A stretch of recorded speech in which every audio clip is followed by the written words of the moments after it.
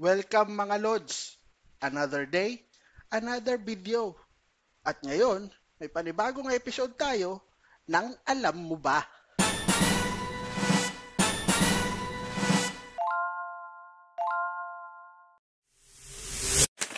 Nung sakupin tayo ng mga Amerikano, bago pa man nauso ang jeep, LRT, MRT, o kahit na yung mga pribadong sasakyan sa kalsada ng Metro Manila, abay, tram ang namamayagpag na transportasyon.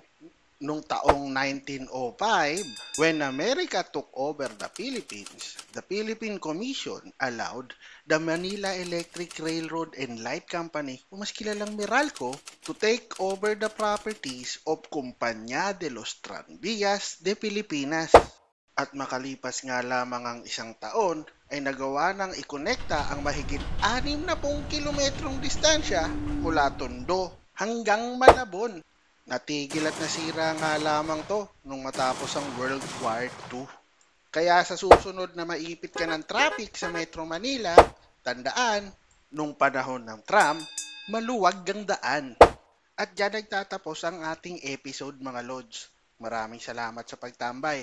Hanggang sa uulitin, paalam!